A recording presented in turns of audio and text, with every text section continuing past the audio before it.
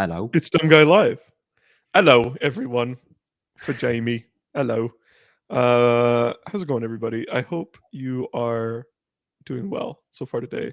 Our 5 loyal viewers who are here right now, I'm very thankful for all five of you, including Icon 115. You'll notice we're missing our little baby boy Murph this week. He's busy trying to get Aiden Ross back on Twitch and running, just generally running his social media. The viral tweet yesterday. You know the one.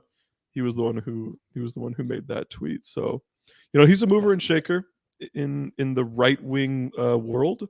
But you can't really blame him for that, right, Jamie? I mean, I would be too. Yeah, Murph. He's he misses a few of these shows, but he's always got a valiant reason. He's always doing something to support the cause. So we respect him. Yeah. He'll be back. Yeah, he'll be back next week, everybody. It'll be great. But in the meantime, we have a bit of a quieter week for Japanese pro wrestling. The last couple of weeks were super busy. There's been so much New Japan recently. There was a big time title change in All Japan. Of course, there was the Muto retirement show, which I was so glad we were able to talk about live last week. It was just a ton of fun. We spent like so much time on that, and it felt like we could have spent double. It was great. So it's just been a bit of a quieter week this past week in the world of Japanese pro wrestling. But I want to start here with the Triangle Derby finals preview. If I was a professional, Jamie, I would have the card in front of me. I simply do not right now. So I'm going to Google that. But first, tell me, what's going to be the main event of this show? Look, luckily for you, I already know it because I'm an expert, you see. So because you're a super fan.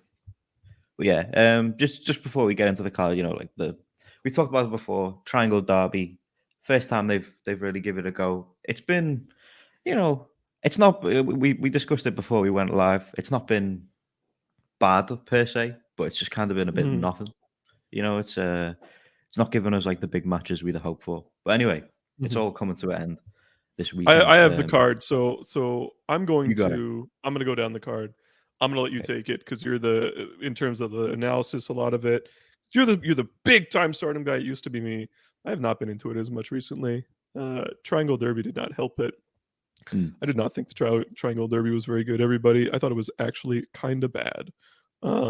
Just like kind of boring, right? It's like there are teams that should be cool, like the Neo Stardom Army and obviously God's Eye and like Hazuki Koguma and Saya and Rebel Enemy and all that type of stuff. But it just is like prominence. It's like there just weren't that many great matches. You know what I mean? Yeah. So regardless, here is the card.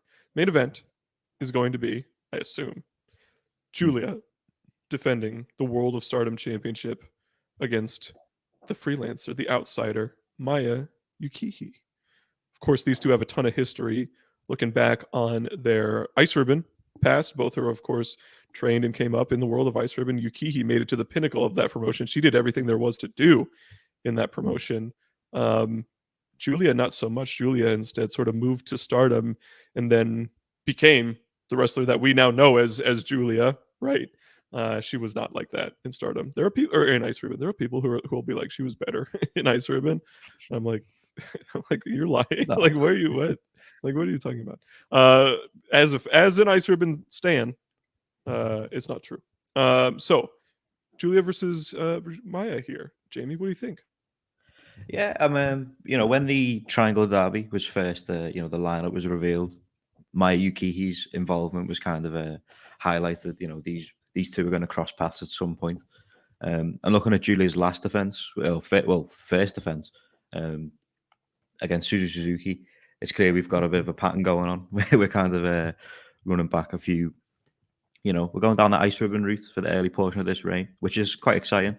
And in terms of like the actual match itself, Maya Yuki, he's one of the best out there to not be like signed anywhere. She's kind of with Nomads, I believe, doing her thing on the freelance scene. And we've talked about Julia a ton on this podcast. Kicking off the reign against Suzuki, I thought it was an excellent match in her last outing. So for this one, I assume it's going to be more of the same, hard hitting. Obviously, I'm not expecting a title change or anything here. I think Julia's reign's only just kind of getting going. But in terms of the match quality, I think this one's going to be an excellent one. I'm a huge fan of both of these wrestlers, of course. But yeah, I'm just looking forward to the matchup here. Like Yukihi is one of those wrestlers. When she left Ice Ribbon, it just seemed that she was just going to go to Stardom, and it was really odd that she decided to. And there's obviously some other stuff at play, and I'm actually kind of privy to some of the stuff that went on because I do communicate with the English speakers in Ice Ribbon. But regardless, it was odd that she only left Ice Ribbon. Like, she still does Oz Academy. She's still in Ozaki-gun and all that. She still does all the freelance stuff. She started this Nomads deal, right, with Sumire and Takase and Yamashita. And then, finally, she shows up in Stardom and she does the Triangle Derby with Rebel Enemy and all that. So I was excited to see that. I would love to see Stardom just sign her. Like, I just don't watch enough of her now because I think the Joshi Indies outside of Ice Ribbon are kind of bad right now. And I'm just not into a lot of it. Like, I will never watch Oz Academy because I think it's like a bad promotion. And I don't like their philosophy. And so I would just love to see Yukihi join Stardom permanently. I'd love to see most freelance wrestlers. Yeah, go ahead. I was just saying, as much as we just kind of shit on the Triangle Derby a little bit, every match I've seen of Yukihi, she's been like pretty impressive, as you would expect. So, she's one of them who, since last year with New Blood and Stardom in Showcase, we've seen a few outsiders coming in. She's one that I'd expect them to, make a move to try and sign them in the future. And I think this could be the big match where she kind of proves herself. This is something that I've been thinking of. I have pretty conventional, I think, wrestling opinions most of the time. One thing I think I might separate myself from a lot of other people is I really think there's a genuine value in a promotion having their set roster, and of course, assuming it's a good roster, right? And not dipping outside that much. You know what I mean? Like, obviously, if you got some freelancers and they want to do a match and they're really good, go for it, right? But I think one of the big reasons people got so into Stardom over the pandemic is they had such clearly defined stables, characters, wrestlers, a clearly defined hierarchy as well among the roster, between the main eventers, the mid-carders, the up-and-comers, and all that. And I do think Stardom has gotten away from that a little bit in recent months. And so I'm just hoping that we get a little bit more, I don't know, more just clarity in terms of who's going to be a permanent part of the roster. Like, it's weird. Like, it would be weird if Yukihi just lost this match and then didn't wrestle for Stardom anymore. You know what I mean? Yeah, exactly. It's just and it's not like it's not like Yukihi is a big name, but it's not like it's, New Japan bringing in Chris Jericho, where it's like, it's okay if he's gone for a year, right? Or it's okay if he never comes back because it's Chris Jericho. It's just with prominence and with Neo Stardom Army, with all these people who are kind of like half there, half not, and all the stuff they do with Stardom and Showcase and New Blood as well. I just think that there is a bit of an opportunity cost there to not just focus on your gals, your roster. Speaking of, by the way, this is Joshi.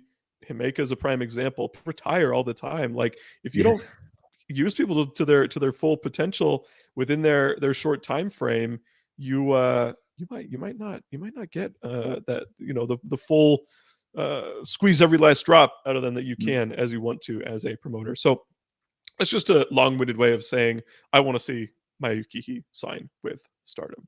Okay, we have a few super chats really quickly. Heart Editing, $9.99. Can't listen live, but here to support the homie Jamie. Salute, but also tomato. I agree. I'm kind of down with that too. But if he keeps donating $9.99 super chats, I'm fine. I'm fine with whatever emojis he wants to throw at. Still bitter that I beat the shit out of him in About his the own draft. Joshi Ross. You know? Bro, Hart, I'm sorry if you're still listening. He had Asahi on his team. Come on, man. He knew what to do. He understood the assignment.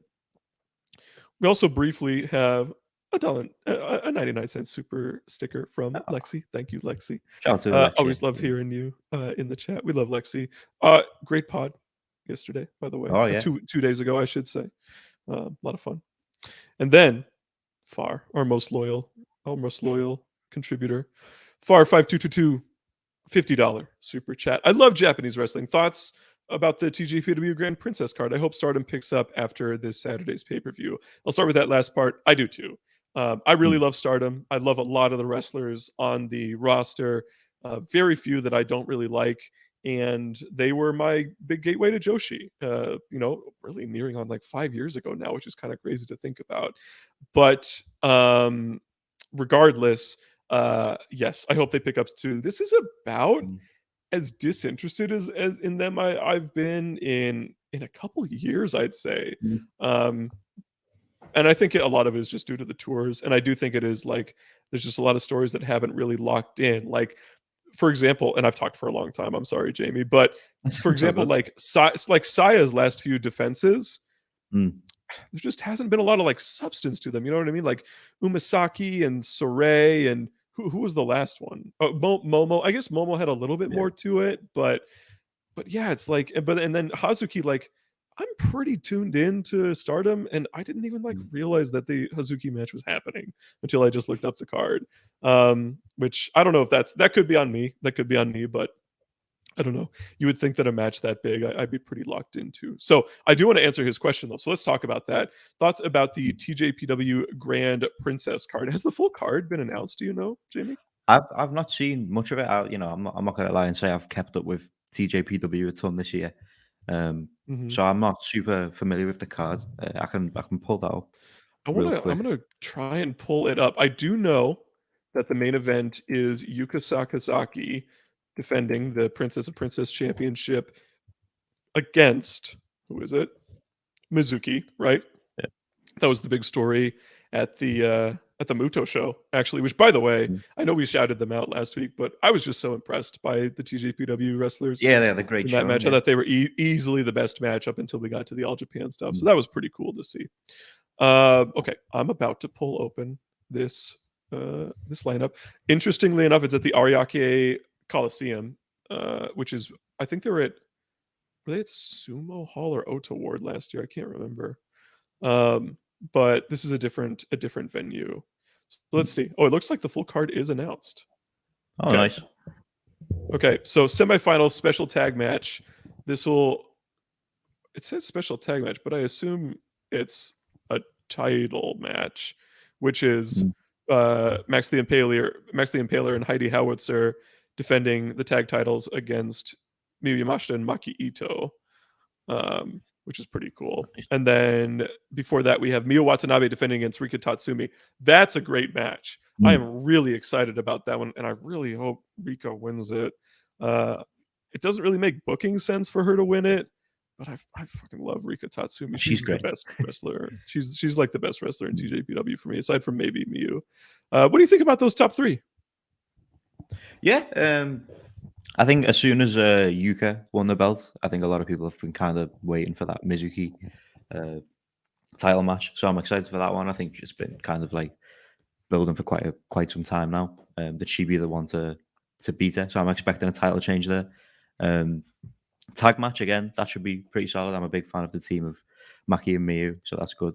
I can't say I watched a ton of the Heidi Howitzer and Maxi Impaler's like tag matches in TJPW, so I'm not too sure on how the match quality goes with those two, but it should be a decent match. And then that last match you mentioned, that's probably one that I'm looking forward to the most. I'm a big fan of Miyu Watanabe, but like you said, Rika Tatsumi, she's I would tend to agree, her or Miyu top of the TJPW.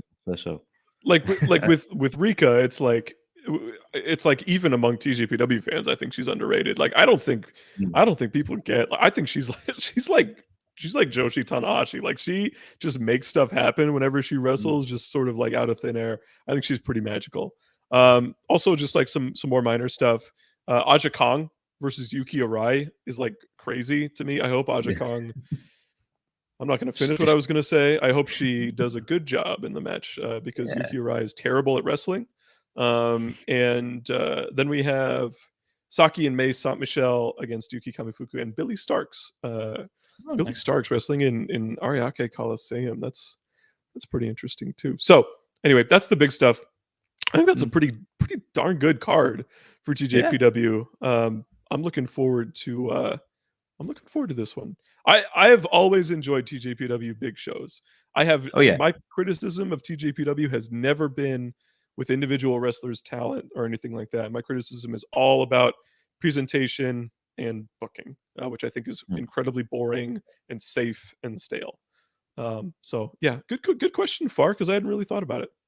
Okay, one more super chat in the meantime. Spike Lee, thank you, brother. Parker, we still going to the Knicks game tomorrow? Hey, you know I'll be there. I'll have Dynamite on my phone. But yeah, we're going to the game tomorrow. You know it. Thank you for the $5 super chat, Spike Lee. Now, Spike Lee, are you related to my son, or perhaps Regal with the crazy avatar? Because I feel like I have like some lore around me with these super chats at this point. And I believe your son was in the Respirers Worldwide chat yesterday. He was looking for you in the Monday pod. Well, he showed up on Unpurist too. So it's like, bro, you're looking in all the wrong places, man. Like, bro, I'm right here. It's every Tuesday at 7:30 p.m. Eastern. I'm here, son. So all right, well, that's okay. Okay, let's talk a little. Let's refocus back to Stardom here. Thank you again, all of you, for those super chats. Keep them coming. Appreciate it. Semi-main, Saya Kamitani defending for a record, what is it, 12th time? Against might even be more. I think it might be 14 or something. Like 14 or something, yeah. Defending against Hazuki for the Wonder of Stardom Championship. Hazuki has been so good since coming back. What is it, almost a year and a half ago at this point, which is crazy. But this is just a match. I believe these two fought in the 5-star. I'm sure it was really good then. I don't remember anything specific about it. But just a big fan of both these wrestlers, and I have no reason to believe that it won't be great. Yeah, I mean, we mentioned it earlier. The most recent Saya defenses have kind of not really been to the level of the earlier ones, which I guess just comes with like kind of, we've kind of seen like the majority of things we've got to offer here in these matches now. I'm hoping for a title change. I don't know if we'll get it because we teased this Mina Shirakawa rematch. People are saying they think it's got to be Mina, right? It just has to. Yeah, people are saying that's going to be the big match on the April show. So, this is another case of where might not get that title change. But if I had the choice, I think I'd definitely go with Hazuki here. Like you said, she's been amazing since coming back. That 5-star run last year, particularly the early portion, matches of like she was just Julia. Great. I mean, she was in like every main event. Yeah, she was just in like every main event, and she was just killing. And she started off, of course, undefeated. It was really cool. Yeah, she was on a tear, and then she had like a generational bottle job. But that's how these tournaments go. But yeah, so I'd hope for a title change. I don't think we're going to get it, but regardless of the result, this should be an excellent match. Hopefully, as long as it goes, they perform to as well as these two both can. And I hope we just kind of hoping we wrap up this reign relatively soon. Not out of like, I think she's an incredible wrestler. I just think we've kind of done pretty much everything we can do now. So yeah, it should be a good one. Yeah, see, I'm a huge Saya Kamitani fan. I was on the train like as soon as she had her first couple white belt. So I should take a step back. I was not that much of a believer at the start. Like, definitely felt to me like a bit of an over push. Winning Cinderella, then constantly being put in high profile positions, getting the big time title match at Budokan, right? All this type of stuff. Then of course finally winning the white belt, and I was like, man, that white belt match against Tam was like so awesome, right? But at the same time, it's like it's Tam, so it's like you kind of expect those Yeah. matches to be really good. So, but then she comes back and she's just having great title matches, and it's like not like Unagi's one of them, and Unagi's not that great, but she's still putting on really good matches, and I'm like, okay, all right, become a great fan of Saya. And I thought she was great in the 5-star last year as well. Like she just doing everything she needs to do. But yeah, it's just with a roster as great as Stardom has, there's just opportunity cost to keeping the same people as champion throughout an entire calendar year plus now, right? She's held the Yeah, title it's for 440 days at this point. Yeah, it was December 2021, right? She won she won Yeah, the belt on the same day as Shuri. So yeah. and Shuri had a year-long reign of her own, you know what I mean? So Shingo it's been Takagi was a the good while. IWGP Heavyweight champ. Shingo Takagi was the IWGP Heavyweight Champion when she won this belt. That should tell you how long it's been. CM Punk. What was CM Punk doing at this time?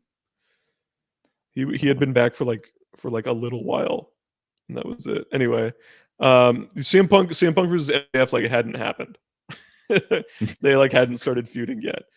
Cody was still in AEW, all that type of stuff. So yeah, it's just I'm just ready for something else, and I'm a big fan of Saya. I think a lot of But people like, are.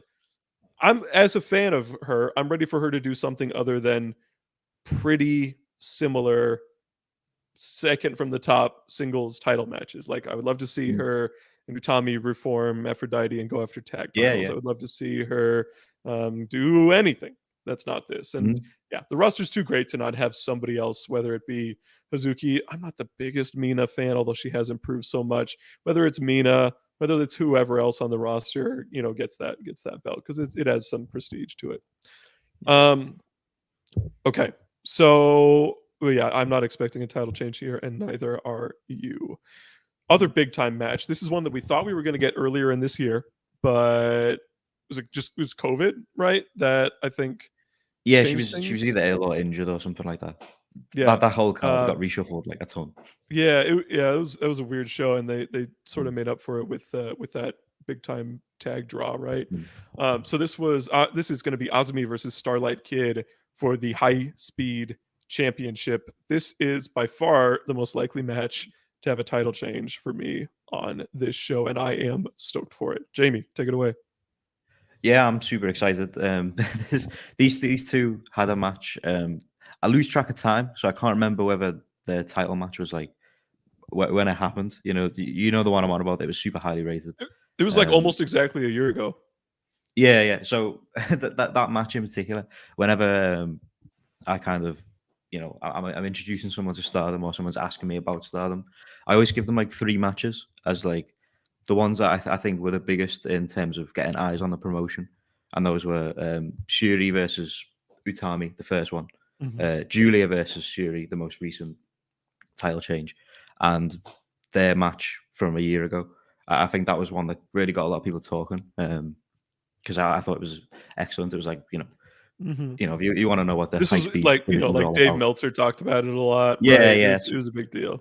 It got a lot of buzz. So, when this first got announced for the last, might not have even been the last pay per view because Stardom do that many, but that previous pay per view, a lot of people were really excited. So I'm glad they're finally revisiting it. In terms of a title change, I'm 50-50 on it. I would agree that it's the most likely to change out of pure like the other two. I just can't really see it. But Azumi's got Mercedes Moné coming up, we assume, for April. So whether they want to keep her strong or they might want to take the belt off her so she's not losing as a champion in that match, but who knows? And then she's also got another defense coming up in, I believe, later in March against Saki Kashima, who's never held singles gold. I'm kind of rooting for her to win the high speed championship just because I'm a big Saki Kashima fan. So I'm not sure if they do a title change here and then another one there. So I'd say I'm kind of rooting for Azumi purely on that basis. But regardless, both of these two have had like excellent couple of years in this high speed division. I think both of them, like at some point, will absolutely be elevated up that card. And I think if Starlight Kid loses here, she could be one who's like quickly pushed up to like kind of that white belt level. She kind of took like a bit of a leadership role in Natsuko Tora's absence anyway, so she always kind of felt, you know, like she was going to get to that level. But regardless, you know, we've seen these two wrestle a ton of times now. And I think, you know, one of the best rivalries currently ongoing in Stardom. So this one should be just another classic between these two.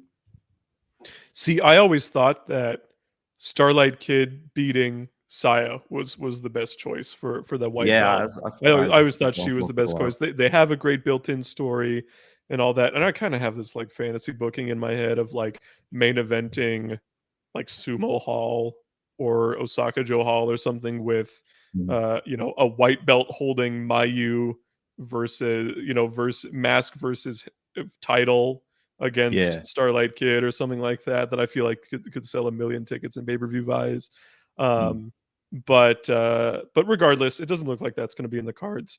I'm always in the back of my head. I'm like, when are they gonna unmask her? Because it feels like they're gonna do it. Yeah, I mean, but I think she's, you know, I feel like I've read interviews before that she's like down for doing it at some point. You know, whether she, you know, I don't know how soon it'll be, but I think that Mayu story is like there to tell, and I think they will absolutely revisit those two. They're yet to have like the definitive. Yeah, they just you know, they had one match in the 5-star in like 2020, and then they've had matches since then. But that was like the first big one between the two. Yeah, they just haven't they haven't had one on like pay-per-view or anything like that. Yeah. So hopefully we'll get that at some point. Yeah. I'm really looking forward to this match. I think both, obviously, Starlight Kid and Azumi are super talented. I also think they're in a similar boat of, I do think to a certain extent their hype overextends how great they are so early in their careers. Of course, Azumi's been around forever, but still very young. And I do think two of them, Starlight Kid to a lesser extent, but definitely Azumi, haven't had that many like killer matches. You know what I mean? Like there's a lot of really good wrestlers in Stardom. There's Micah, there's Hazuki, there's whoever, right? But there's only a select few, I think, like Mayu and Utami and Julia and Shuri, who are able to consistently be like, we are putting on incredible matches. And I don't think Azumi is there, and I'm not even sure Starlight Kid is there right now. But these two have incredible chemistry. They're two of the only women in the world who can wrestle the way that they do. So I'm very much looking forward to this one. And man, if they didn't have that Saki thing, I wouldn't think there would be a title change. But now I'm just like, Saki's going to win that title, and then Azumi will take on Mercedes without a belt. So that seems like the plan to me. Okay. Only see, like this is a good card. There's like no filler on this at all. Let's talk quickly about one of the matches that Himeka requested as part of her retirement tour, taking on the great Chihiro Hashimoto in a singles match. Should just be a great, solid match, right? Considering the talent of Hashimoto and the emotion of Himeka. Yeah, when Himeka was listing the opponents she's hoping to take on in the last couple of months, this one was one that really got me excited for the eventual match. But getting right into it, after Chihiro Hashimoto beat Mirai, and obviously Shuri confronted her, Hashimoto said, "Oh, I want one more match before I get to you," which I guess in logical terms was just kind of a way to space out this match from the one that will happen in April, on that big, the big show we're building to. In terms of just the match itself, I think it should be excellent. I think whilst Himeka's not really like ever been like that top quality in terms of like, just compared to the high caliber of Stardom's roster, I think like her general style will play out really well in this match. It's going to be a big house match. Chihiro Hashimoto is like one of the best out there. We saw that against Mirai. I know you're not a huge Mirai fan, but I thought that match was excellent, and I thought it was easily one I of did Mirai's. too. I did Yeah, it too. was. She, she really brought the best out of her. So I'm hoping she can do the same here for Himeka. Give her, a really great match as we're on this, road to retirement. And yeah, I'm looking forward to the last few Himeka matches. I've always been a big fan. While she's never been like I said, that top tier. She's I've been a fan since she came to Stardom, so I'm hoping these last few matches are, a good send off. I'm looking forward to doing a bit of a retrospective when she does Mm. end up retiring. I think that'll be good. Quick stuff. Fritz, my buddy, my former F4W colleague, $5 super sticker. Thank you so much, Fritz. I appreciate it. And then we had Far once again, just dropping dimes on us. $20 super chat. I think Rossi needs to kill the philosophy of year-long or more champions, with more eyeballs on the product in the growing Western expansion. It shows with the way the crowd reacted to Saya at the last pay-per-view. Yeah, I agree. I completely agree. I think one of my most fundamentally held like booking beliefs. I'm not a fantasy booker or anything, right? I just kind of take things as they go and I'm entertained by it. But one of like if I ran a promotion, one of my most ingrained like tenets to go by is that long title reigns are only worth it if they're worth it. You know what I mean? Like if they're actually earned based on the talent and of the wrestler and the caliber of the opponents that they're beating and everything like that. It really does over the last couple of years in Stardom just feel like they're just doing them just because they can, right? Yeah, title match doesn't become great just because of the length, right? It's got to actually be like, right, a bit of substance to what we're doing, not just like purely, checking boxes and doing certain defenses over time. How good are the actual, matches involved? What stories are we telling here? So, I think a few reigns have been like kind of predictable in terms of like, with Saya, like even just this one, because we know we're getting a Mina challenge and we've known it for a few months now. Every defense in between that has kind of felt like, well, it's we're not getting a title change, so who cares really?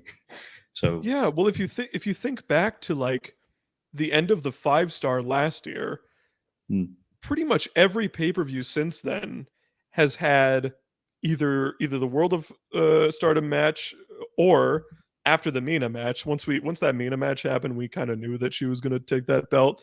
Then subsequently the Wonder match. There's always at least one like lame duck title match on these shows, and even stuff like obviously Julia's not losing to Suzuki, but like make it a little less obvious when they're setting up so many more title matches from down the road. It's the same with this Azumi Starlight Kid thing. Like I wasn't aware that they had set up the Saki Kashima match, but knowing that now, it frankly takes drama away from this. I don't think Starlight Kid's going to win this if they've already set up a story between Azumi and Saki, and of course the post 5-star stuff is like they're never going to do a title change between the end of the 5-star and when the winner gets their title match, right? Like they weren't gonna change it from Shuri when Julia is the next one in line. So it just, I don't know, so much of wrestling to me, maybe this is pretentious, but it really is just like the unpredictability of it. And like if you're not getting into the drama and the back and forth at the end of a hot title match, like there's such a cap on I think how enjoyable it can be. And so yeah, I completely agree with this sentiment, Far. And I'm very much looking forward to the potential of maybe shorter title reigns in the future. I think it kind of stems as well from like, Stardom now have like 4 annual tournaments. I like, well, not all of them because the Triangle Derby wasn't too exciting, but I'm a fan of. We get a lot of good matches from each of these. But when you do tournaments like this, where like you said, you have a set date when the winner will get the title challenge. That time period in between, it's kind of like, well, we know what's coming next. So, and when you've got 4 of those in a year, granted different titles and stuff, but it means that a lot of your championships are kind of, they get predictable through certain parts in the year, which isn't always what you want. But okay, we got a $5 super chat from my long lost child, Papa. Found his way, come home already, please. How long does it take to go buy milk and a pack of cigarettes? I'm still finding it. Everything's closed right now. I gotta, I'm gonna keep looking though. I'll be back for you, buddy. See Yeah, ya. you just hang tight. You'll be back soon. Yeah, just hang tight. Hang tight. I'll always be back. All right. So couple more things on this show. Well, actually, only one more thing on this show. It's the finals of the Triangle Mhm. Derby. Two semifinal matches will open the show. Then we'll get the finals later on in the show. So our two semifinals are the Neo Stardom Army versus Prominence, which is a ton of fun to me, by the way. Like, this is a really fun matchup. Getting Suzu in there with Nanai, I think, is just great. Mm. And then God's Eye against Cosmic Angels in the other semifinal. I don't think we need to talk about this too much. Just give me your predictions, I would say, for the two semifinals, and then who do you think is going to win and why? The whole thing. Yeah, well, in terms of Prominence being in that semi-final, I can't really see them winning it because they're the champions, and I Me don't too. really see that final is going to be predictable because you're not going to have the champions win. So I'm assuming the Neo Stardom Army team will win there. In terms of the other match, I'm not too sure. Cosmic Angels haven't been on they've not been on their best run this year. They've had obviously Waka struggling for a win and Mina and this whole Club Venus thing going on. So maybe this could be like a big win for them. On the other hand, God's Eye are like probably the most protected faction in the whole company right now. Or they were for the majority of last year anyway. Now that Shuri's lost that belt.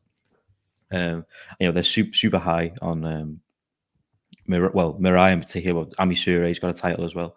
So I'd probably lean towards the God's Eye team. So I'll say for the final, God's Eye versus Neo Stardom Army.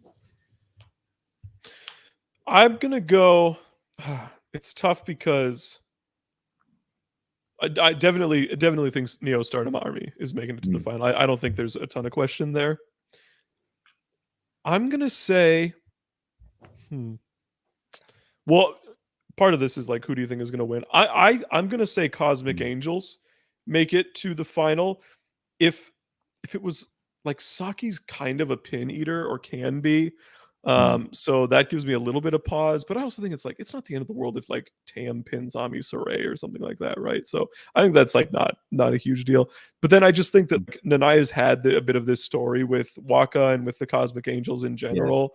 That I think that's like a good way to close out this tournament, is with something like that. And I do subsequently think that Neo Stardom Army, well, see, I don't know. I just feel like, it's hard to say. I They won the last think any of tournament, right? the They won that tag league. and they're the current So, tag champions, yeah. aren't they? Right. So, man, I don't know. You know what? I'm gonna go out on a little bit of a limb. I'm gonna say Cosmic Angels win the whole thing. Yeah, just on that, you mentioned the Nanai and Waka story. I remember telling you that Waka's I last match know. will be I against saw Nanai. the change. Did you? Yeah, they've updated. I was hoping it'd be that singles match. I thought that would rule, but it seems like we're gonna get a tag match. Waka and Tam against Nanai, and it's not been revealed who the partner is. You would assume it would have just been like you, because she's like tag team champion with her. But the fact that it's not, I did see a recent Maybe it'll tweet be like, from. I was just gonna say I saw a recent tweet from Kyrie saying, "Hey, let's oh my you god, want to tag again soon." So could be that. that'd be crazy. Who knows? I'm like thinking of who else could be. You could do like Unagi. You could have her go Yeah. in there. So You could, speaking of Unagi, did you see she's in All Japan? Oh yeah. Oh, I'm aware Yeah. she's in All Japan. Yeah, Actually, earlier when I said I'm like not a huge Unagi fan, I lied. I'm a huge Unagi fan.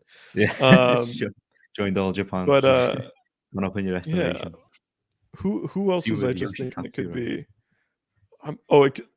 This one doesn't make any sense, but it could be like because of the story, like my Sakurai could Yeah, make okay. sense I or don't really something know how there, we but explain that, but yeah, exactly. That's my thought too. Is like, I don't know how you get there. So, all right. So that is the Triangle Derby Finals preview. Where is this taking place? Do you even know?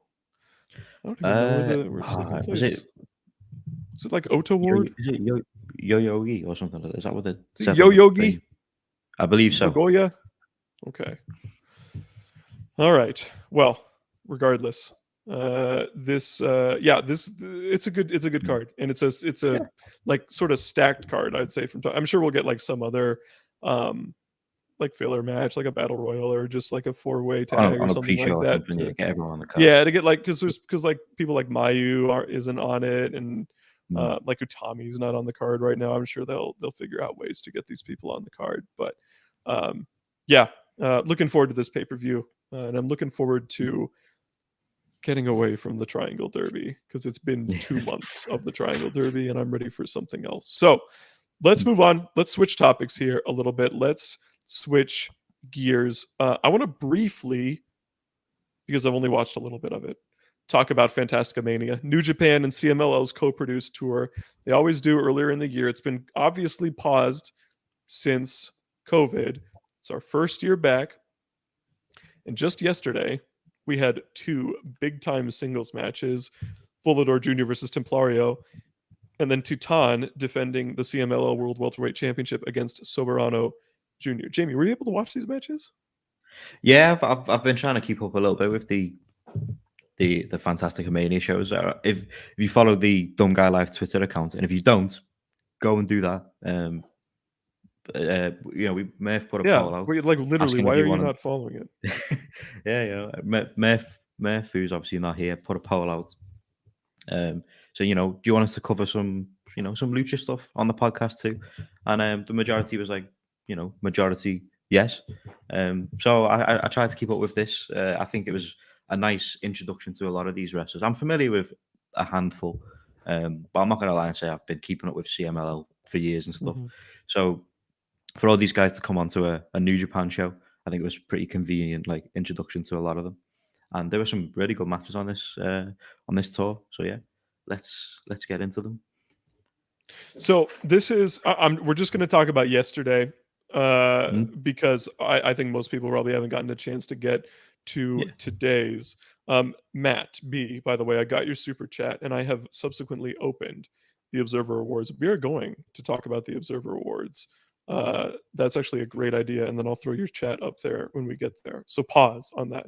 In the meantime, yes, semi-main main event, just a great set of matches. Volador Jr. versus Templario was very hard-hitting, very technical too. A lot of people don't know Templario. If you've watched CMLL for the last couple of years, really interestingly enough, like right when the pandemic hit, he started like tearing it up and just doing great in his matches, and they gave him a bit of a push because I guess he was just there, you know what I mean?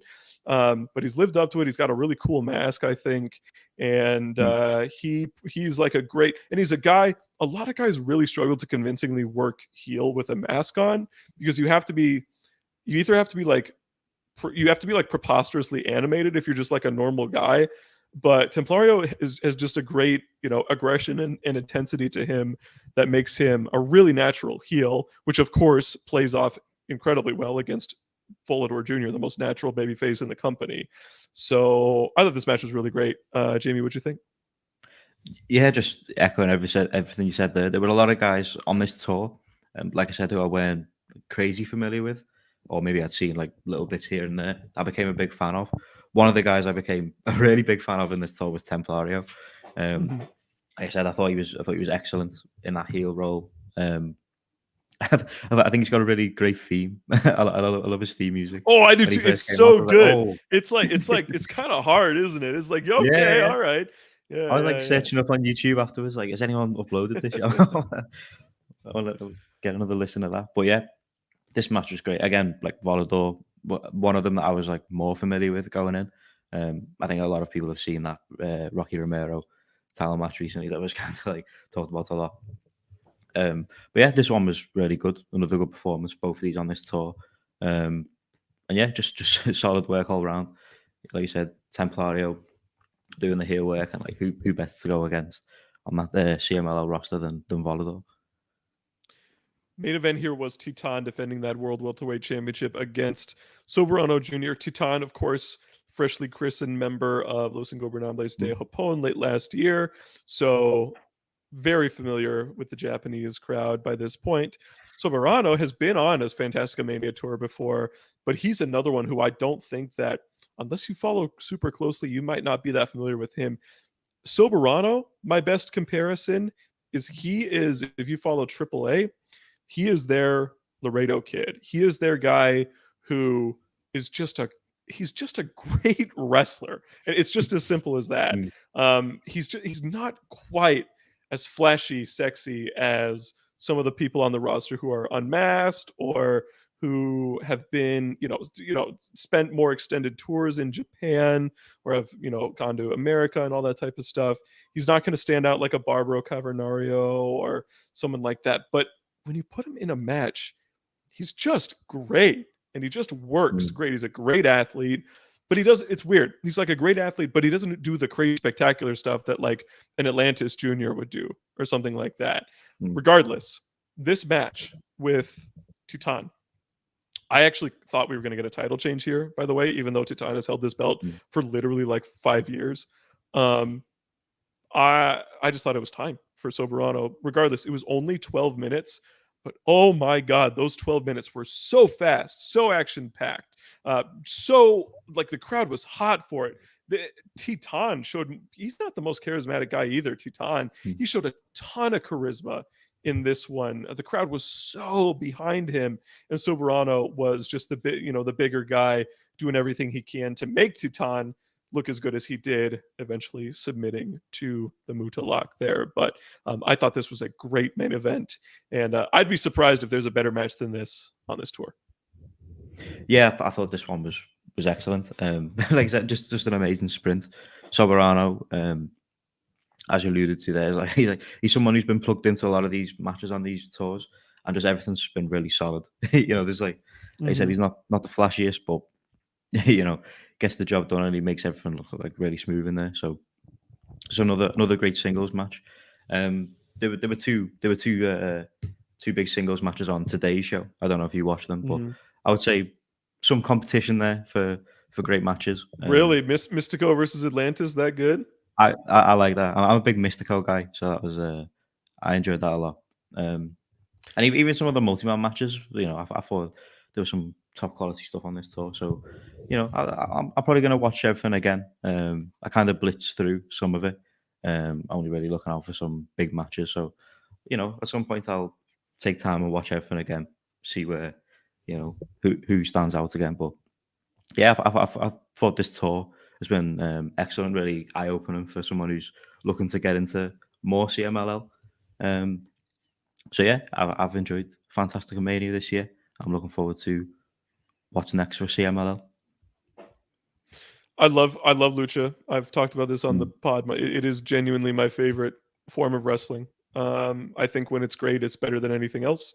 And it's so nice to see packed arena Mexico, to see Fantastica Mania. By the way, like in previous years, Fantastica Mania was kind of like a filler tour for if you haven't been that familiar. They just kind of screwed around, did some stuff. You get like Roosh out there, and he'll do some things, and you'll get like Kojima always had like a singles match, which is it's good, but it's not like that thrilling, right? It's just Kojima. But big time singles matches, and not just big time singles matches, but big time singles matches between two CMLL wrestlers. It's not like they're doing interpromotional Japan versus CMLL stuff. So yeah, a lot of, I mean, of course they are, but yeah, but the fact that it's main event, we're getting these two.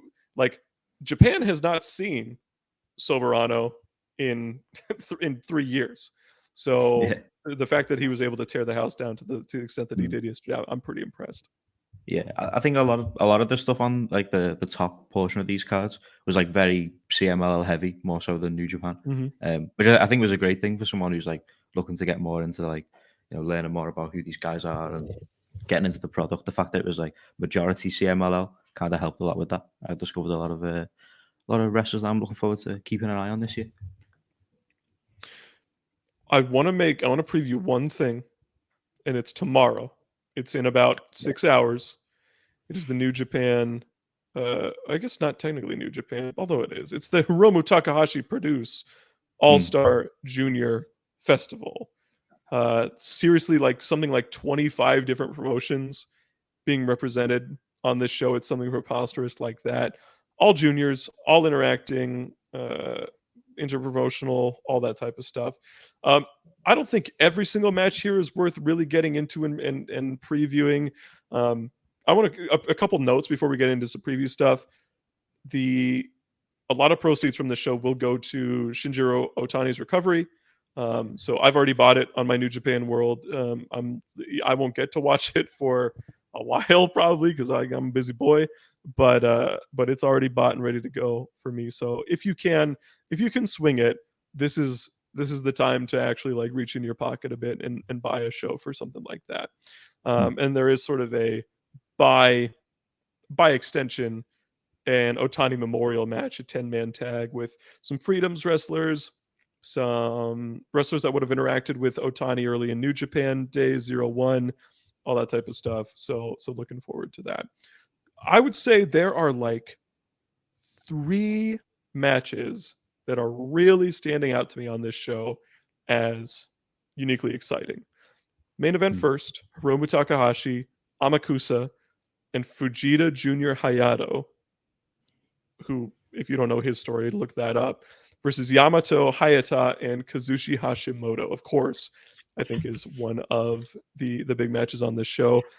New Japan, Noah, Michinoku Pro, Dragon Gate, Noah again, and Big Japan all represented in this main event.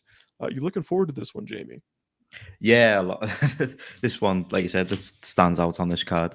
You talk about Fujita Junior Hayato being on this. Won't go super in depth, but I believe he had like a spinal tumor, right? He was forced to step away from the ring. Made his return, I believe, last year, in a big title match as well. And he's like, yeah, I've not seen a crazy ton of his work, but everything I have seen of him, I've been like super impressed. So I'm really glad to see that he's getting a big platform on the show here. Obviously, Hiromu, we all know, this is his show. We all know how great he is. And Amakusa, I think he's been a great champion so far for Noah. Loved his match with Hiromu on that recent Muto show. It was great. And then look at that other side of the team. Hayata's someone who people are very like mixed on. He's been kind of the guy that people aren't a huge fan of in this match. But the other two, I think. We've got Yamato. I think is one of the best in the world. Like I think he's that good. Dragon Gate legend. Like again, someone who doesn't keep up with everything in Dragon Gate. Whenever there's a big Yamato match, I always know like, he's one of the guys to keep an eye on for these big matches. And then Kazuki Hashimoto, again, not someone I've seen loads of, but everything I have seen of him, he's been like super impressive for me in Big Japan. So yeah, this should be a great main event. What else we got? 5-way match earlier in the show. This is another one I want to highlight. Shin Skywalker, Soberano Jr., Taiji Ishimori, Ninja Mac, friend of the show, and Yohei. 5-way match. This is one that I'm like, oh my god, they're gonna do some crazy. I think this is the match that I'm like most looking forward to on this show. Me too. Possibly. Me too. Oh my god. Yeah. But just the sheer amount of like athletic talent in this. I mean, you could make an argument that Shun, Soberano, Ninja Mac, and Ishimori are all like the best pure athletes in their divisions.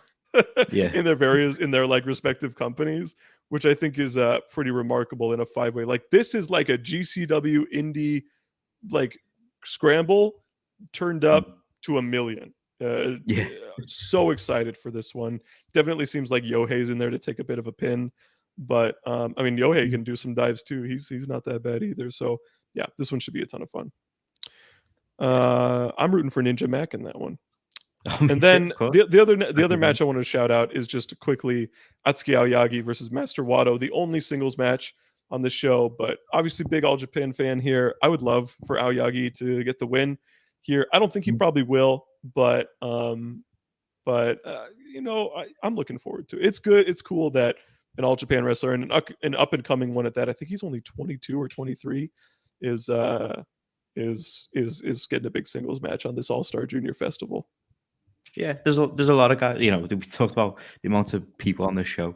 I think officially, as like advertised, there's probably guys who are in different promotions as well. But there are 22 promotions represented and a freelancer So there's a ton of guys getting like a huge platform here, which is really cool. Who's the And yeah, one freelancer?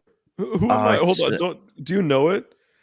It's Tatsuhito Taikawa. Is it Takiwa? Okay, I didn't Yeah, know if he was technically a Freedoms guy or not, but yeah, okay. I think he's officially listed on the show as being the only freelancer. But he's like, well, super well traveled, right? Noah, New Japan. Yeah, of All course, he Japan. does everything. He's been around, so yeah.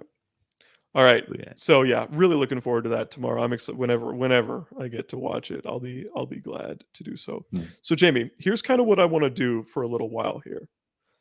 I want to go back to the super chat from Matt B. It's a bit of a quiet week in Japanese pro wrestling. 555 super chat from Matt. You guys should go over the Observer Awards and Stardom flexing on the dog shit, worthless, cringe dinner theater promotion that Paul Levesque runs. I would like to do this. I would like to. I think it'd be fun.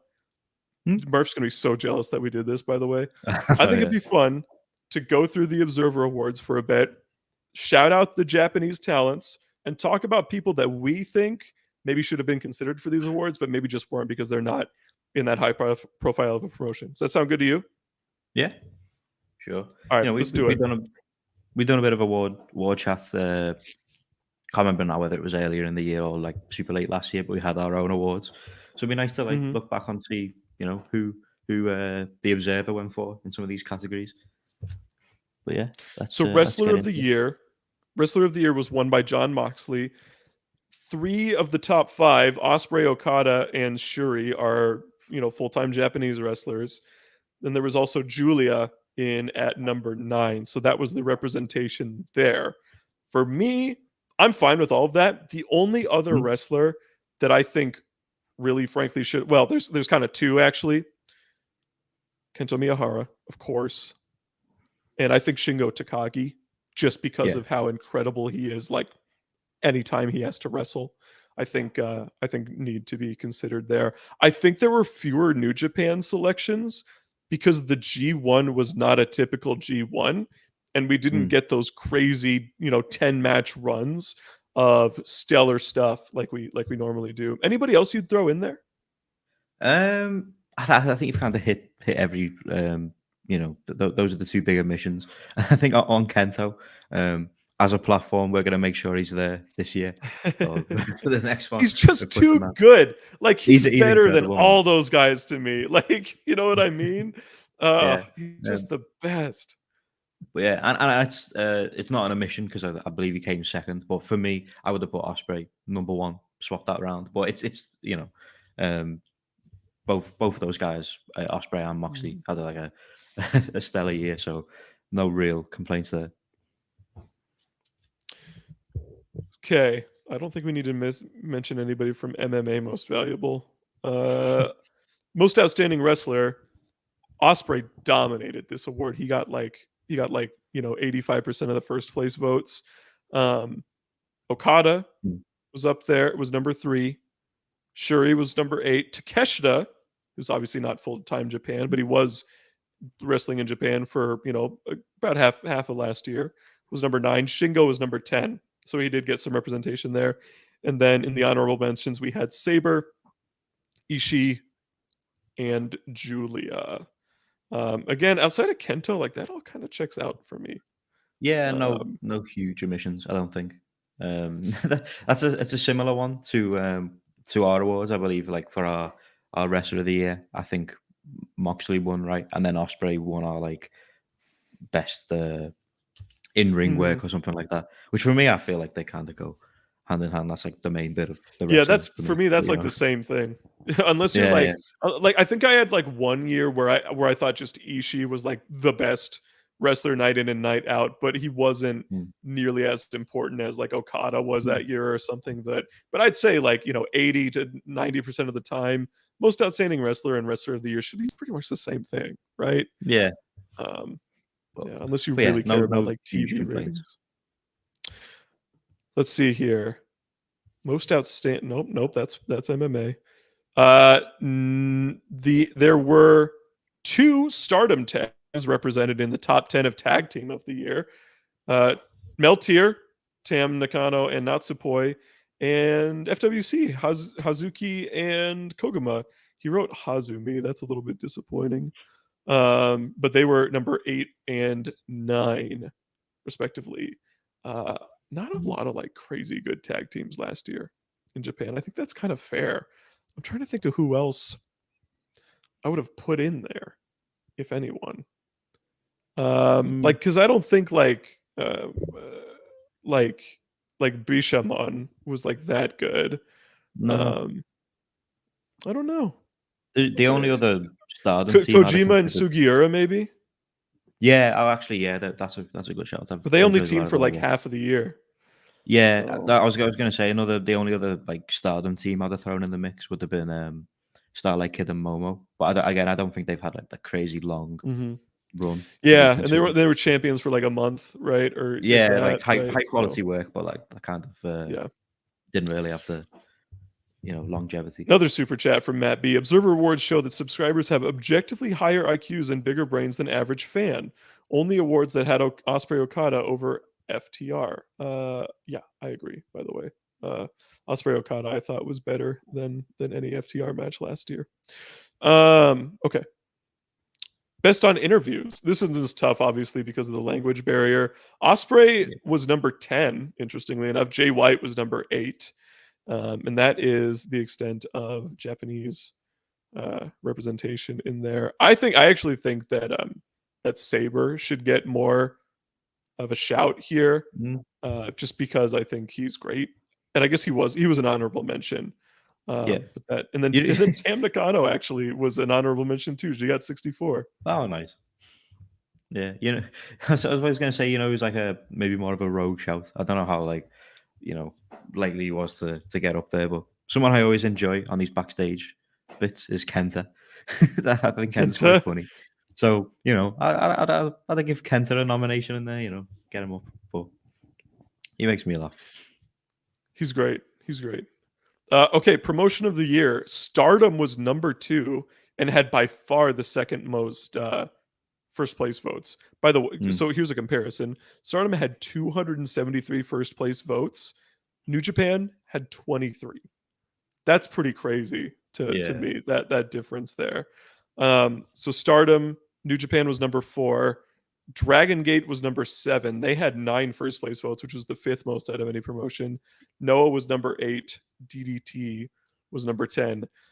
I feel like we're missing 2 promotions here that I really like, and that's Ice Ribbon and All Japan, which probably would have been my number 1 and number 3 respectively.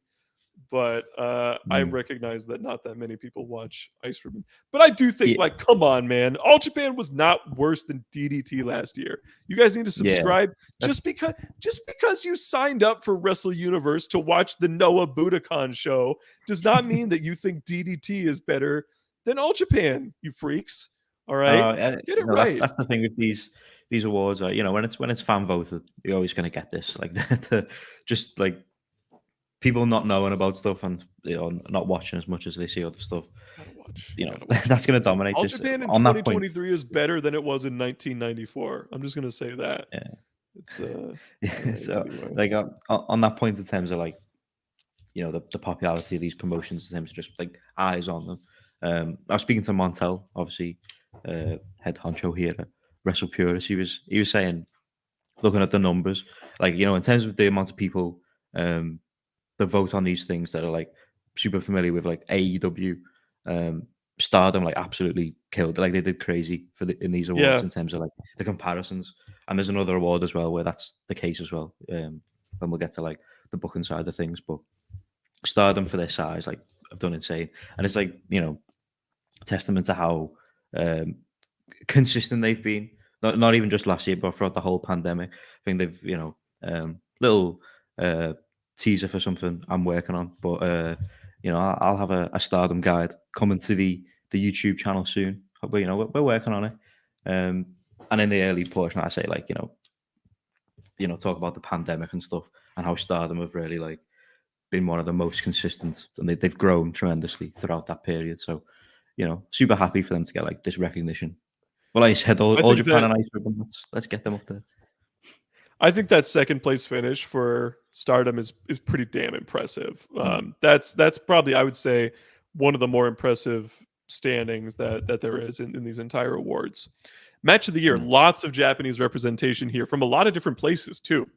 Okada versus Ospreay was number one. I completely am fine with that. I thought Okada versus Ospreay was the best non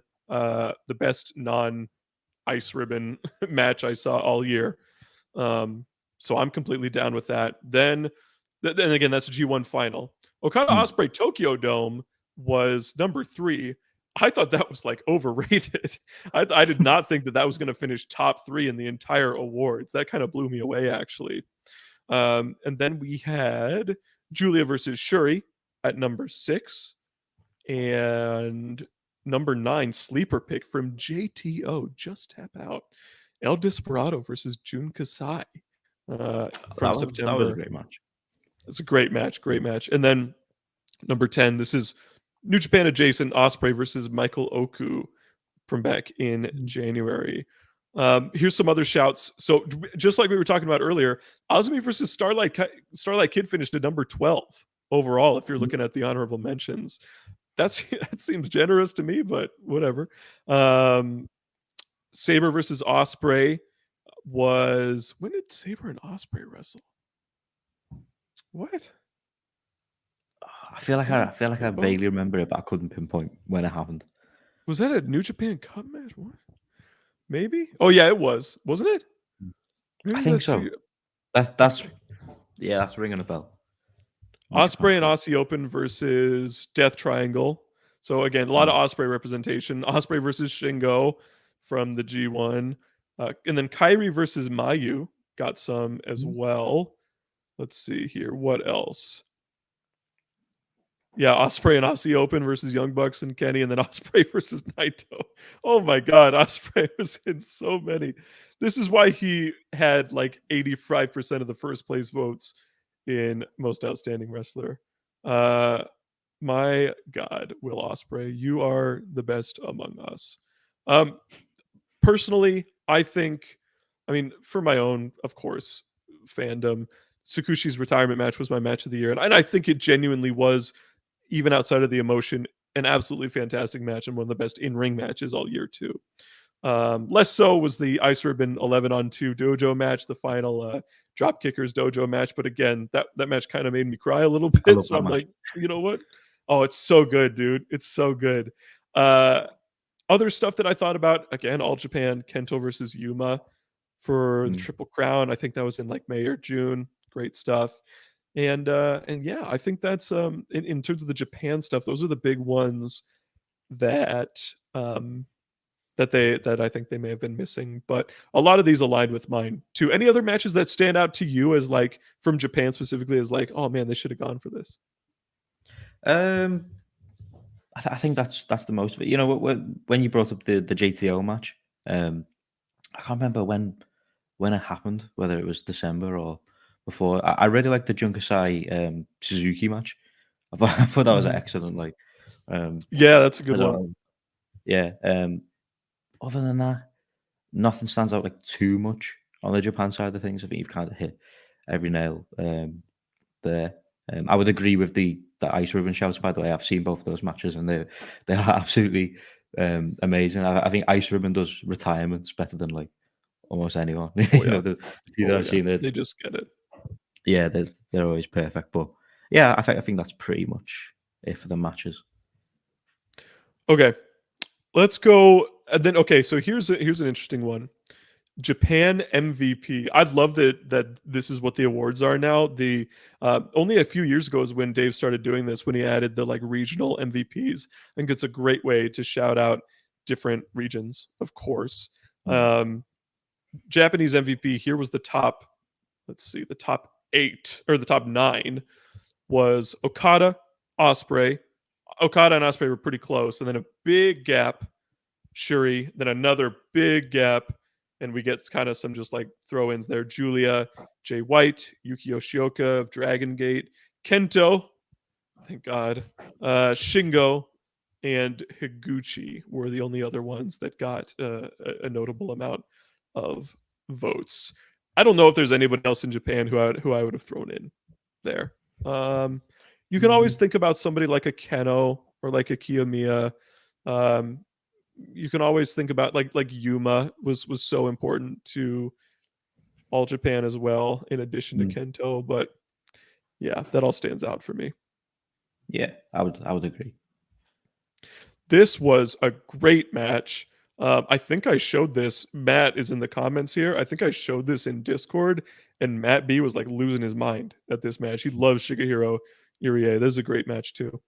Irie had multiple great matches. The Yumehiro Imanari match from Gonbari, that was great Mm. too.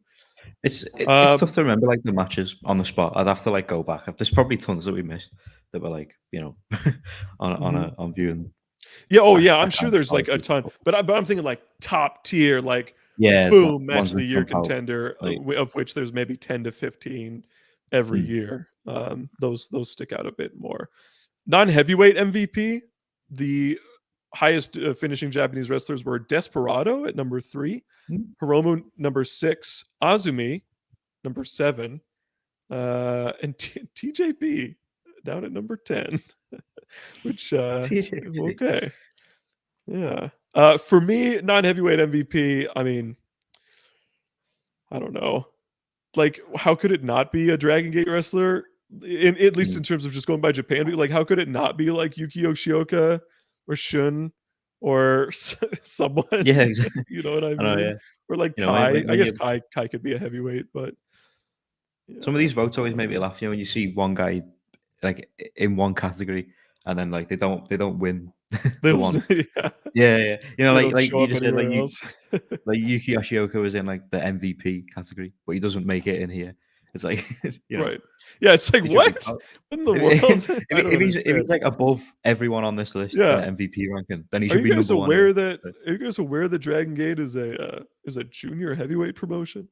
Yeah. I don't know.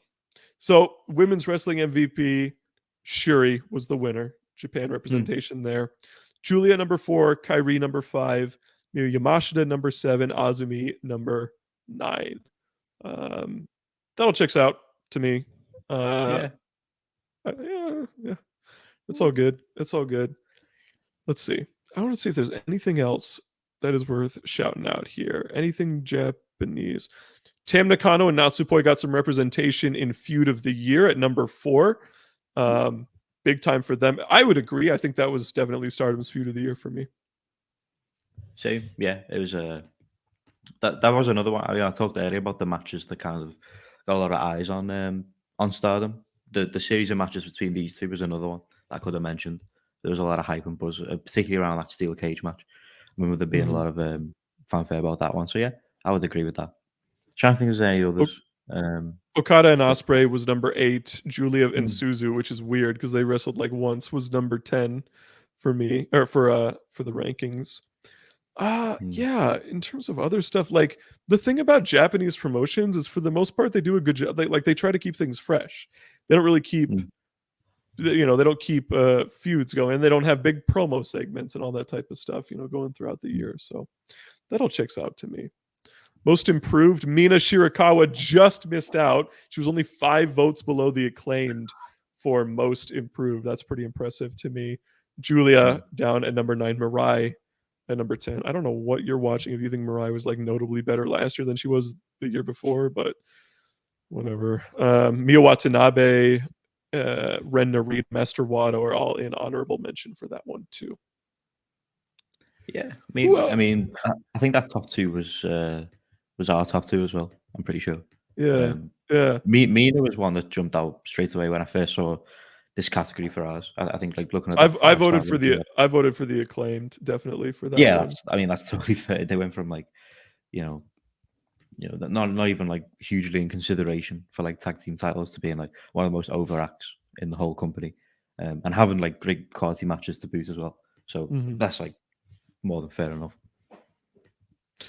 Charismatic, Julia number 5, Suzu Suzuki number 9. I did not expect that. Mei Saruga number 11, honorable mention. She is very charismatic. That cannot be denied. This is what I'm saying. She has a little tiny bit of Tsukasa Fujimoto in her. Technical wrestler Saber number 2, Shuri number 4. That has to be the highest finisher ever for a woman in best technical wrestler, to finish top 4 in that. Yeah. And then Suzuki number 7 for best brawler. Best flying wrestler, there was, and Ishii was number 2 for best brawler. Suzuki was number 3. What are you going to say for best flying wrestler? I was like, For Mr. best T Max was on flying. Ishii's Can you 2022 imagine? there. He does throw a mean enziguri. Best flying wrestler. Again, some of these things I'm like, I think some of these things just get voted on based on like hearsay. Like, who's voting Commander like number 4? And like, what Commander matches did you see that made him like a necessarily better flyer than like so many other wrestlers in the world who are also like great fly? I don't know. Sometimes I'm not sure about these awards. Like, okay, I'm gonna go on a little bit of soapbox here. Hey, everybody, if you're listening to this and you're an observer subscriber, stop voting AAA for worst promotion. Okay, you watched Triple Mania 5 years ago, and Vampiro was being wacky, and they had these weird technical issues, and there was all this bullshit, and they just couldn't get the show to work. And now 5 years later, when you see the words AAA, you're like, that was funny. I'm going to vote them for worst promotion. Even though they're a good promotion, they put on better matches than like most promotions in the world. So kill yourself for that. Please die. Please never send that again. Yeah, and again, I love Commander. By the way, I was the original Commander fan. I was tweeting in like early 2021 about how good Commander is and being like, you guys should check him out. But that's just me. Ninja Mac, by the way, was number 6 for best flying wrestler. Yeah. So good for him. Overrated. Ooh. Kazuyuki Fujita was number 7. By the way, wrong. L. Not overrated, properly rated, properly pushed. He's a great wrestler. Who else is? Yeah, he's the only Japanese wrestler represented there. Takeshita, meanwhile, was most underrated. He won most underrated. Riho, Utami. When these, you know, we had the same for our awards. You know, when you get like the underrated category, and I think it gets kind of like mixed up with underutilized. Because I don't think anyone doubts like Takeshita's ability. I think he's super. He was super popular. So yeah, the idea is that underrated is underpushed, and right, like versus the talent level. Yeah. So like when they say like Tyrus is overrated, obviously nobody fucking thinks Tyrus at wrestling. Yeah, I was gonna say, but he's massively overpushed, right? Yeah. And so underrated, Takeshita, you know, considering he's won like one TV match in AEW, and yet he's maybe one of the top 5 guys in the company. But yeah, nobody else like Riho. Utami, I think is actually kind of a compelling choice for most underrated because she did like nothing all of last year. You know what I mean? She just like didn't do anything. She wasn't pushed to any serious extent. She did get one Wonder title match, and I guess she did get the world title match, but outside of that, not much. And then Saray in WWE was also top 10. What happened to Saray? I don't know. Is she like injured? I'm concerned. I've not seen her in forever. Not really sure what's going on. Rookie of the year, Tomoka Inaba, which, oh my god, this is so funny because he originally like completely botched her fucking name. What did he put? Like Takuma Iroha, which is like anyway. He put Inaba. It's number 4, but it's like a different font from everything else, so it's like clearly a correction, which is pretty funny. Also not a rookie, by the way. Although I guess the criteria is like in a major promotion, it's your first year. So Ami Saray was eligible as well. Takumi Fujiwara, Mochizuki Jr., those were all represented. I would have put Kaho Matsushita in there as well from Ice Rune. I just think she's that good. And Yuma Anzai, too, for All Japan. Oh, yeah. Yeah, he's great. Let's see. Nobody in Best Non-Wrestler. Best Television. Kevin Kelly won Best Television Announcer. I disagree with that. But I'm not a huge Kevin Kelly guy. I don't know about you. But that's and then Jay of Dragon Gate was number 9. Yeah. Did the thing I can't Stu. his name. Yeah, Stu. Did he rank in this? I Stu, thought. Stu got 10. He was number 10, Oh, nice. I like finishing Stu. just ahead of Wade Barrett. Damn. I like Stu as well. I think he's really good. I love that you've been able to see him kind of grow over the years and get more comfortable. Yeah, he get more did. He did a comfortable few. with, He did a few Stardom when Stardom had like very Yeah, he rarely did. had like Yeah. English coverage. It was him and Sonny, who obviously runs like the English account and stuff. But yeah, they haven't done that in a long, long time. But obviously, consistently on Noah, so he's killing over there.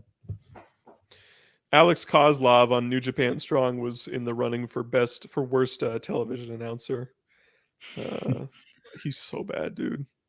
Like, he's really bad. Then Forbidden Door was show of the year for the Observer Awards. I was there in person. I agree. Damn. It was the show of the year. It was a good time. I met Murph there. And Stardom 5-star Grand Prix finals were number 4. Takataichi Despomania was number 7, and Wrestle Kingdom was number 8.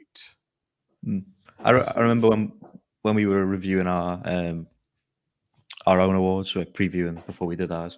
I remember bringing up the Hana Kimura Memorial Show. That's another one. I'd say same again.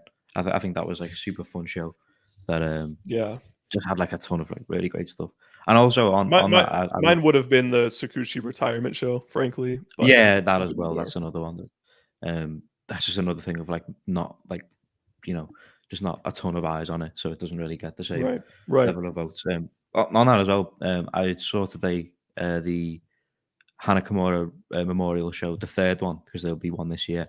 That falls on a Tuesday, so that will be that'll happen, and then we'll have the Dumb Guy Live later that day. So that's nice. That's nice timing. Looking forward to that. That'll be great.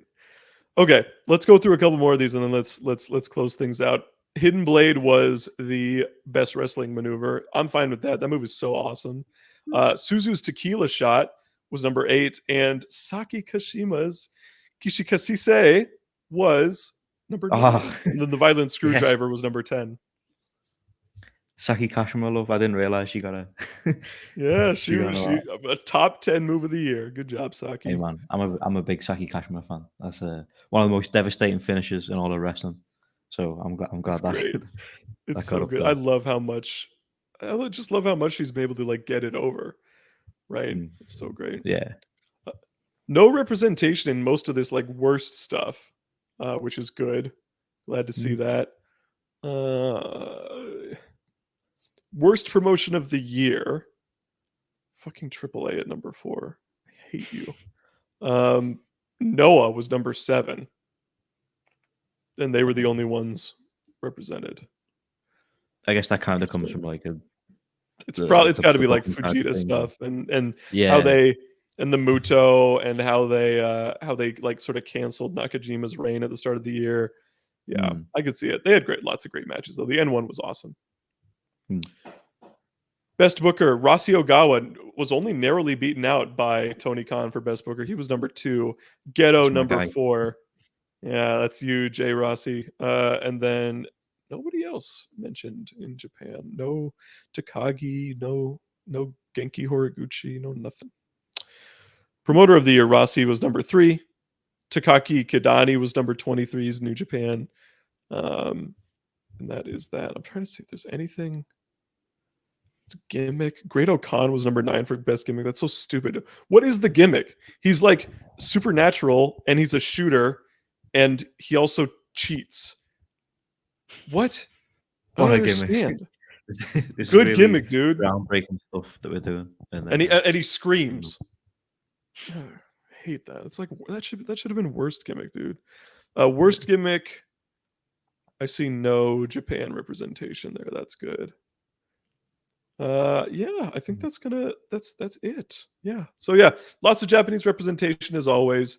We'll be looking forward to differences this year. I hope we get more all Japan representation. We're gonna make it happen. I keep saying this as a platform. Dumb Guy Live will push the All Japan agenda. I will see to it myself.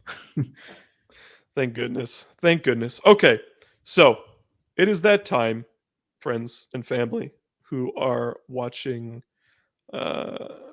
It is that time. If I can click over to the brand tab on StreamYard and I can find the image. Get the graph. The There we beast go. of the week. It's time. Ah. It's fine. Murph has not Ah. texted me his beast of the week. He usually does. So we're just going to assume his beast of the week is Andrew Tate. However, see, you know what's cool is that when you click beast of the week, it removes the branding, which I did not realize. There's also this. This is pretty funny. I hope you're still watching. But yes, it is beast of the week time, everybody. Jamie, kick us off. Who is your beast of the week? Well, like we said at the start of the podcast, it's been a relatively quiet one. The week's kind of been dominated by, at least in Japan anyway, this Fantastica Mania tour. That's been like the bulk of the big shows that we've been checking out. Like I said, there's been a few names who've really stood out to me on this tour. I want to quickly highlight a few of them before I give the one that I'm going to give, because it's a tough call for a few of these. Ultimo Guerrero, I thought he was. I love seeing a lot of his work. He was in a ton of big multi-man matches. Hechicero, he's beast. And then, but the guy I'm going to give it to, Jamie, I don't know. My audio is killing me right now, so vamp with me for a sec. Just hold it down, if you would. Keep talking. Oh, keep going. But yeah, so Ultimo Guerrero, Hechicero, and I guess Templario as well. Those are guys that are kind of up there for me. I'm going to give it to Mystico. I think he's been like. Oh, good choice. I'm back. Great choice. That's a good. Yeah, he's been a real standout on this tour. In a ton of multi-man matches, and then today we got the singles match, him and Atlantis Jr., which I thought was excellent. I think you should check that one out when you get the time, Pete. But yeah, he's a guy who for his an initial run in WWE when he came in as Sin Cara had a ton of hype, and then obviously we all know how it went, didn't exactly work out. And then coming back to CMLL, he's finally got the Mystico name back. He looks like a star. He's super over, and I thought everything he did on this tour was like pretty much perfect. So my beast of the week is Mystico. Mystico's a great choice. I'm going to stick with the Fantastica Mania theme. I'm going to be frankly honest, everybody. I have not watched much wrestling at all over the last week, and I know you guys know that's rare for me. But out of what I've seen 2 matches. I've seen 4 great wrestlers. But I thought one wrestler out of the 4 was like a step above the other 3 in terms of his performance. And the wrestler is Soberano Jr.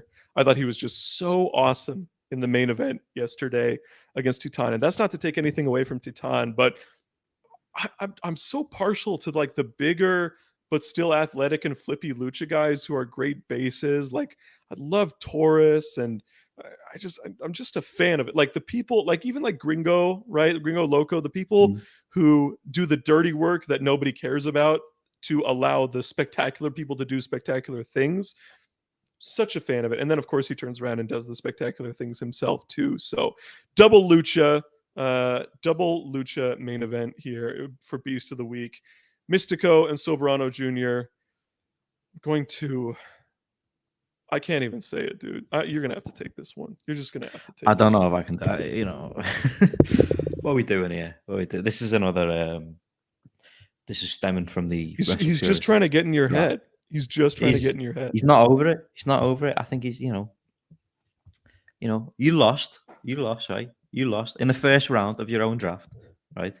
And then I went on to win, and you gave me 25. It's like what, $25. So you royally owned. And even more than that, you then handed over the responsibilities of the draft to me. You literally handed in. I ran you off the territory. So, it's a bitter one. But thank you for the $1.99. We appreciate it, Hart. We appreciate it. Okay, everybody, that's gonna close it out for us this week. Sorry about that little audio issue at the end. I'm not really sure what happened. But hey, if you were sticking around watching with no Murph, I appreciate you guys being here. We do it for you guys. We do it for you guys, even on slower weeks like this. So coming up next week, we have a bit of a bigger weekend, right? coming up. We got All-Star Junior Festival, which we'll talk about. We've got Stardom. We've got like Gleets crowning a new champion with they're doing a UWF champion, and they're doing a round robin tournament. It's kind of like a mini G1 to crown it of all UWF rules matches. That kicks off this weekend. We've got the New Japan Cup will have started by the time we come back. Well, the New Japan anniversary show will have happened by the time we come back next week. So a lot to look forward to in the next week. Thank you all so much for being here. Just make sure you before we go ahead. If you're still here, if you've not left us yet, if you haven't already, like the video.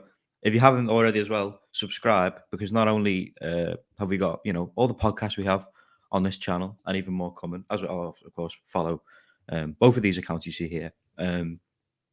We're branching out the YouTube content pretty soon. Our friend, well, you've seen him pop up today. Ibu, he mentioned it on a podcast not so long ago.